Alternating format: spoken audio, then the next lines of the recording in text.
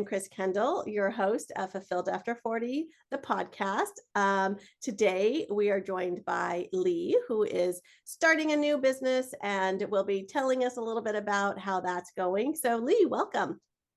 Thank you. It is an honor to be here. I'm Oh, excited. good. Yeah, me too. All right. So, tell us about your service dog and the works that you're doing with it. Yeah, so this is a whole new venture or adventure for sure. I was diagnosed with PTSD several years ago, got a service dog to help me navigate that. And he recently was diagnosed with terminal cancer. So I had to get a new service dog. And I train the dog with the help of a professional organization as versus getting a dog all trained. Either way, the cost is exorbitant. I'll probably pay close to $35,000 by the time my puppy Phoenix is certified. Wow. And the older dog, he was only 5 when he was diagnosed. So the cost came pretty close together. So I started a GoFundMe page and had someone reach out to me and say, I have an idea for a fundraiser. What if you do a collaboration book and get authors to share their stories, and either they or sponsors pay for their chapter? And the anthology will be called Phoenix Rising: Stories of Service Dogs Saving Lives. Right. And from there, my vision just exploded with lots of ways to do fundraising, ways to get sponsors for the chapters. And another person suggested, why don't you go on a book tour? She did one across North America that was completely paid for, including an RV. So that kind of idea. And then I just thought I need to start an NPO, a nonprofit organization, and raise funds, not just for me and for Phoenix, but to raise funds to get service dogs into the hands of people whose lives depend on it. Awesome. That sounds amazing. Wow, that's really cool. Okay. So where are you at now in this process? You have money that has come in from the fundraising so far. A little bit of money. Okay. So I am actively seeking authors. Okay. And the program I'm in that I hired a coach to do is she's got a story writing class, how to write your story, engage people. The book will be professionally edited and published with cover design and all that. So I'm at that point of looking for authors and figuring out the best way to get sponsors. Okay. Now, so the authors are going to be people who have an experience with a service animal and just sharing how it enhanced their lives, enriched them. Yes. Okay. And how much are you thinking for the cost to submit? $1,000. Okay, that seems fair.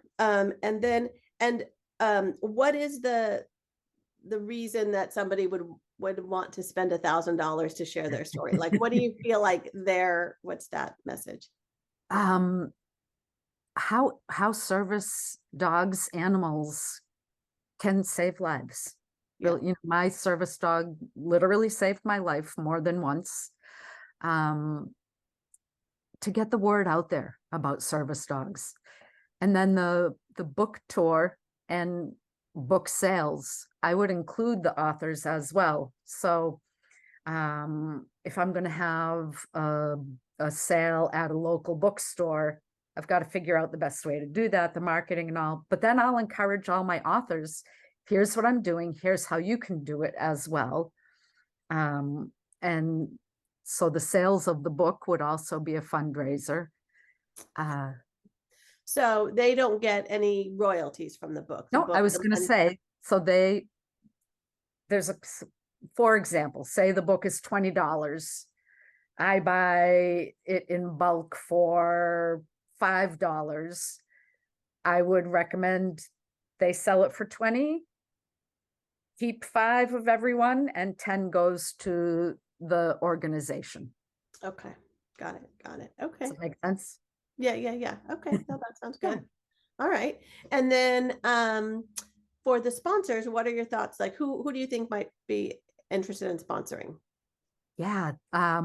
Pet stores, local as well as national, uh, breeders, trainers, anyone involved in the pet industry. Okay. And a process that I'm pulling into place that makes it very beneficial for them as well.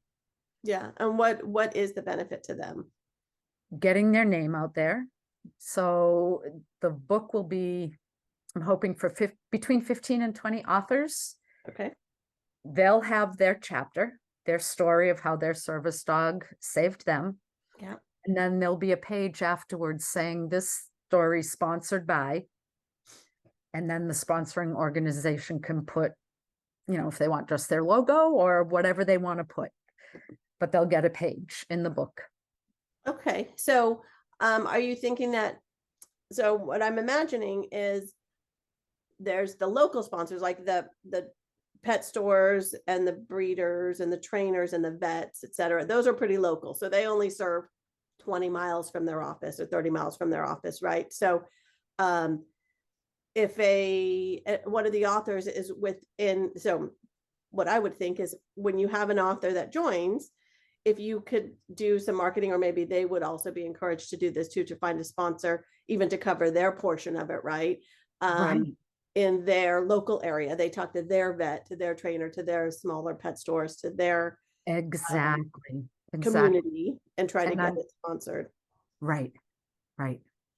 So Okay. each one would be unique to their geographical area. Yeah. Okay. Good. There are even grants available for such things. So I would share that information with them and see if they've got such thing in their local area. Okay. Yeah. And have you applied for any of these grants for yourself so far?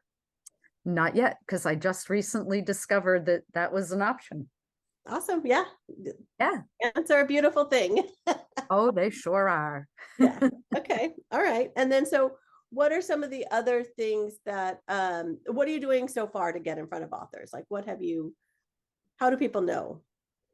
Word of mouth at this point, both on Facebook and LinkedIn right now. I'm researching who are service dog owners, making connections, sharing my story with them. And then I want to get speaking opportunities, such as this one, where I share the idea, the vision, and hopefully someone that I'm speaking to says, "Oh, I know so-and-so who has a service dog." Right. Okay. Yeah. Okay. So have you gotten feedback from any people yet that you're talking to that have a service dog, they have a story to share, and either they are or aren't interested in participating? What have you heard so far? Yeah, I've got a few people who are interested. So it's on to the individual fundraising part. Service dog owners often are on disability, not always, but often.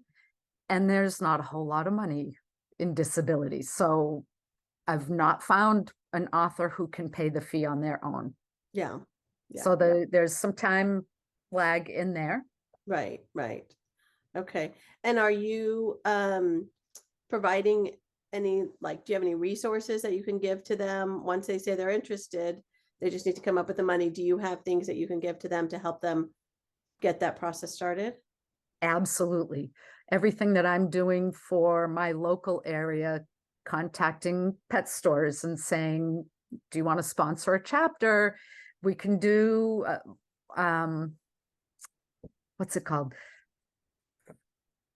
Oh, applications. Do you want to be part of this book? Send your application in and Lee and I'll pick one. Yeah. Yeah. They have that piece of marketing, getting people in the door and spreading the word. Helping people with social media posts, getting a story in their local newspaper or on their local TV station. Okay. And what about a Kickstarter? That seemed to work pretty well for you. So is that something that maybe you could help them? Yeah. Yep.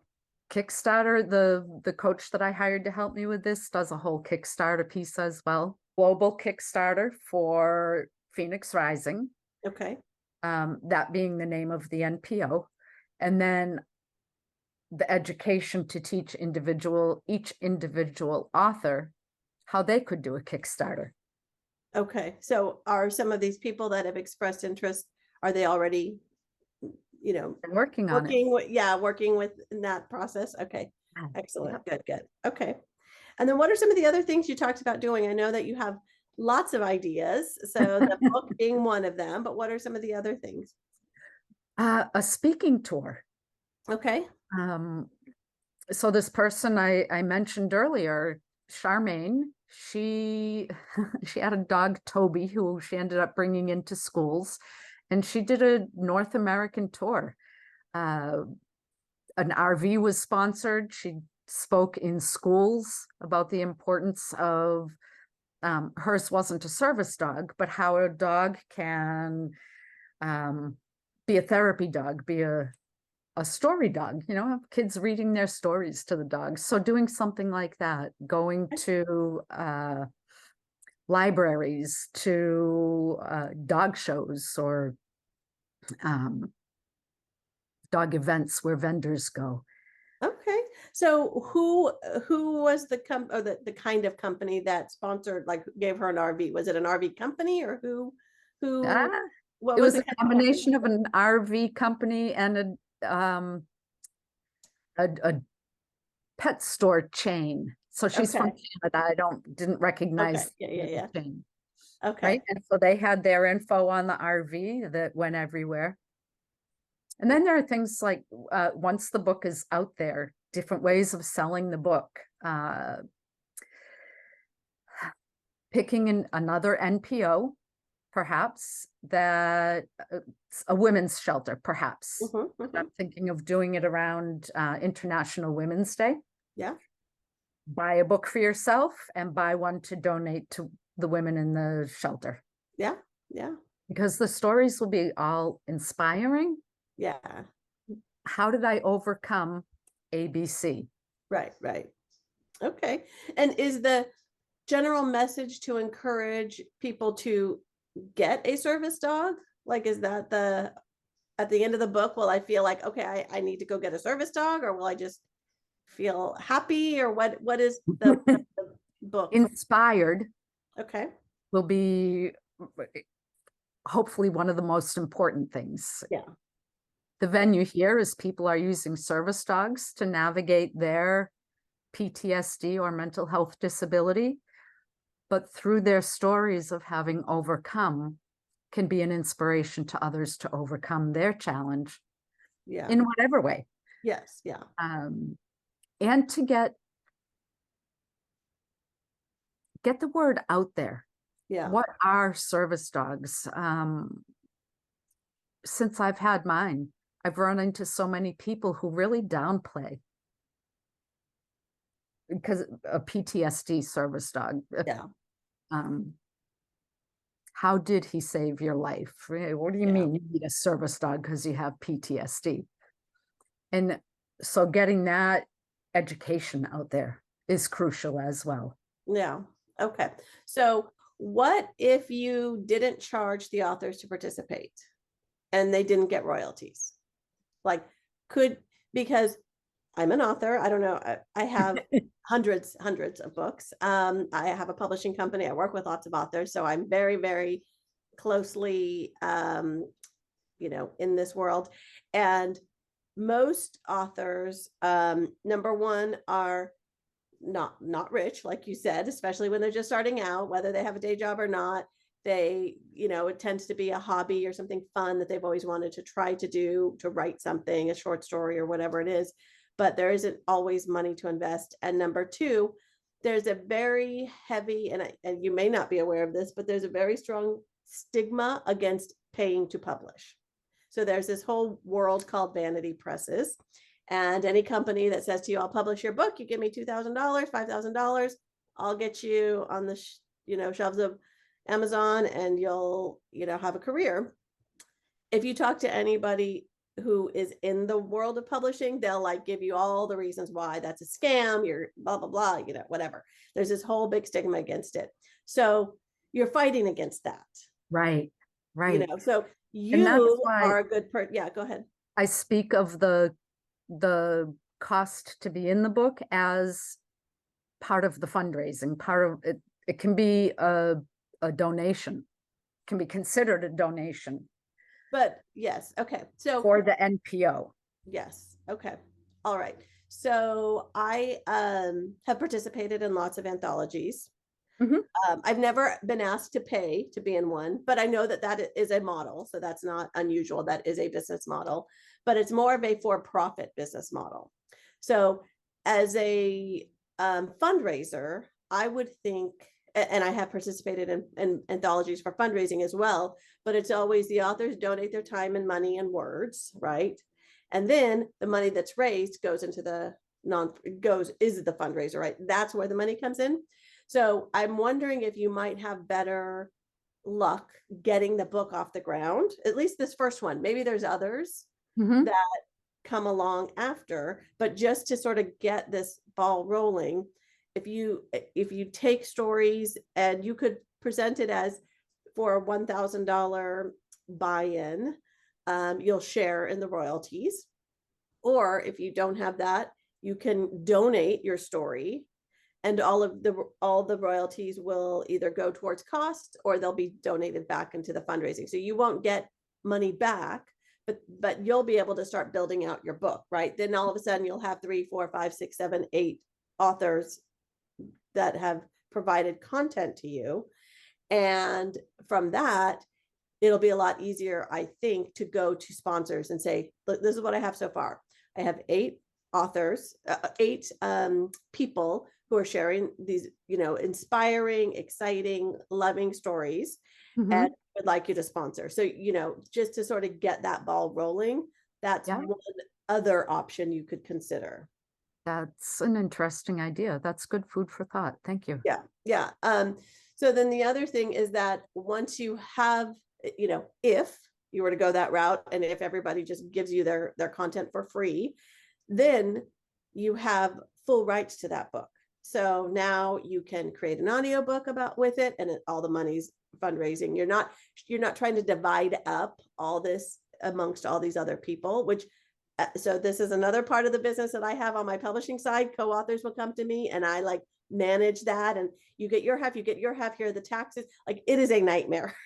It is a logistical nightmare to manage 15 people for 10 years, especially as sales eventually dwindle and you're like, okay, here's your $7, here's your $7 every single month. You're required to send this out. Like, it can be so just as a, you know, as an option, if you own all the rights to it because Mhm. they've signed over their story to you, then you can control how much goes to the fundraising, Right. how much goes to it. Maybe there's going to be TV movie rights someday, right? Maybe somebody else will want to pick it up and do, um, take some of these stories on their podcast, and like they make a bigger thing about it. Maybe somebody will want to make a kid's book out of some of these stories. Like, you know, there's so many opportunities that there could be a benefit long term for you just kind of collecting the stories as your own, as like content versus revenue, or part of your Yeah. revenue stream.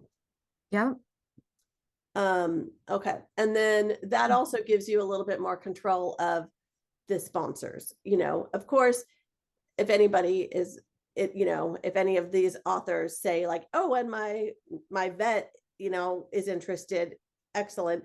But then you can kind of take on maybe some of the bigger nationwide type of sponsorships, the pet companies that are not regionally based, Yeah. and they have you know, kind of a broader appeal. Some of these online stores where it doesn't matter where a person lives, they're not just Right. restricted to a geographical location.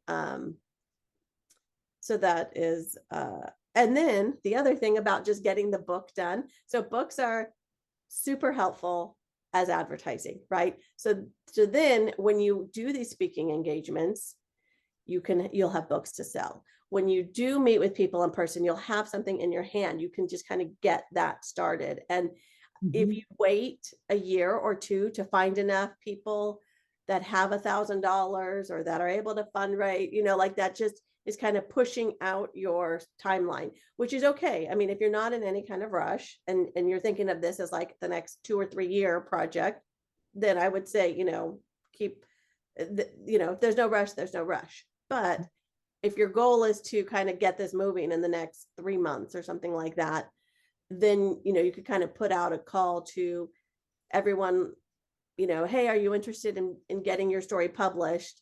No cost. If you would like to donate it to the, any proceeds to the nonprofit that you're going to start. Oh, And that's one way of just moving things forward quickly. What is your timeline? Like, what are you thinking? What are your goals? I hadn't set a timeline actually. Okay. Yeah. So no rush, it sounds like then. Yep. But this, you've got me thinking about a new way perhaps to do it. Yeah. This is cool. Okay. All right. Good, good. All right. And so, um, are there any other aspects of like kind of getting things moving that you have questions about? The nonprofit piece. I started a nonprofit last year, earlier, well, I guess this year, earlier at the beginning of the year. Oh, Have you looked into any of that stuff yet? very briefly, it Okay. kind of seems like a huge, this whole thing has grown so much huger than I ever imagined. And I'm Yeah. just so passionate about it and excited about it. But it's, as I mentioned earlier, it's that finding, maybe a good way to say it is project management. What are all the pieces and how do I prioritize and not just look at it all and say, ah. Yes. Yeah. And that is the key, to really think about what are the big pieces, Yep. and what is the most important piece. Mm-hmm. And then what are the small things that you can do today, tomorrow, the next day to get that first most important piece done. And of all the things, what would you say is the most important piece? Right now, I would say finding the authors. Okay. So the book is a priority. Book is a priority. Yeah, I think so too. I think that I would agree. Yeah. So um you have some options there, right? If you think that there are enough people that you can get in front of in the next, like, what's a reasonable timeline that you're going to give yourself as a goal to have? You said 15 authors is kind of the goal. Yeah, 15 15 to stories. 20. Okay, so let's say 20. What do you think is a good goal for you to set for yourself to have 20 authors signed up and working on their story? By the end of January. Oh, wow. Okay, that's, yes, ambitious. Okay, so you've got about 2 months, right? So in the next 60 days, you want to have 20 people that have signed up and said, yes, I've got a story, I'd love to share it with you. Now, what is more important in the next, of those 20 stories? To have money from them or to have the stories? I'm not sure which one I would put as the priority. Okay. Okay. Now, what do you need the money for, book related, from the authors? What's the immediate need for the money? Where will that go? To pay the coach who's helping me and offering her How a much free is that, course. may I ask? Yeah, 10,000. And then, So that's the biggest piece. And then, starting the NPO, hiring a coach is going to be, I'm sorry, you were thinking of a second coach? You have the book coach, but then you also were going to do a second coach? potentially, Okay. for the helping me manage everything I need to manage and stay on track and be accountable. And Okay. And so what is Sherry going to do that is not part of that? got her a course for the authors, how to get your signature story, working with them So they to, have to take the course? they don't have to, Okay. but a lot of people, oh, you want me to write my story? I'm not an author. I don't know how to do this. Right. Where do I even begin? All that piece she Okay. manages. Yep. Got it. Okay. Have you written your story down already? A couple of versions of it. Okay, Yep. It's not excellent. finalized yet. Okay. All right, good. And how difficult was it for you to kind of put that all together? Not very difficult. Okay. And that's with the help of Shari's course, taking it from, oh my God, what do you mean you want me to write a story? I've never done this. Um, and having the guidance to do it. Awesome. Okay, good, And good. then she All right. offers professional editing. So is that extra or is that part of what you're paying her That's already? part of what I'm paying for. Excellent. She'll do a Kickstarter campaign, professional cover design, book layout. So what is the other Kickstarter for? What is the Kickstarter that she's going to do for? Oh no, the one I did is along with her. Oh, That's okay. Oh, that was her. Okay, got it, got it. Okay. Okay. yeah, And you said you have started to get funding for that. How much has that earned so far? not tons yet because we haven't really launched it full on. I think maybe a couple $100. So Okay. we're tiny. We're early on in that. Yeah. And so what do you need to do to, what do you still need to do to launch that? A lot of what am I going to offer at different levels of donations? What's realistic, what's not? Okay. So, um, what are some of your ideas? Like what is at a, $100 donation? What is a reasonable thing to give to people? Um, what did we do at 100? A signed copy of the book. Okay. You know what? I don't remember all the different things that we talked about. Okay. It's the whole piece of being overwhelmed and oh my Yes. God. Yes. Yeah. No, I know. And I get that. I get that. So it sounds like she should be taking some of that off of your plate though, right? So Right. she should be Yes. coming to you and saying, I've come up with the list and you approve it. You say, yes, yes, yes. No, no, I don't love that, but yes, yes. So Yep. is she doing that for you? Mhm. Okay, excellent. So you shouldn't be too We're overwhelmed. brainstorming together. Yeah, yeah. But yeah, she's Excellent. Okay, good, good. All right. Well, yeah, it sounds like you have your ducks in a row and you are lots of ideas, but I think if you focus, like you said, on getting the authors, getting in front of the right people, making this opportunity available to them, letting them know that not only do they get to share their story, but they get to hopefully you know, inspire a whole new generation of, I don't know, dog lovers, caretakers, trainers, whoever might be reading this book and decide that they want to get involved in the, um, care and support and love of service animals. right. Yeah. Okay, good, good. All right. Well, are there any other things that you wanted to chat about today? I don't think so. Okay. All right. Well, if people want to support and make a donation or share their story and talk to you about becoming an author, how do they get in touch?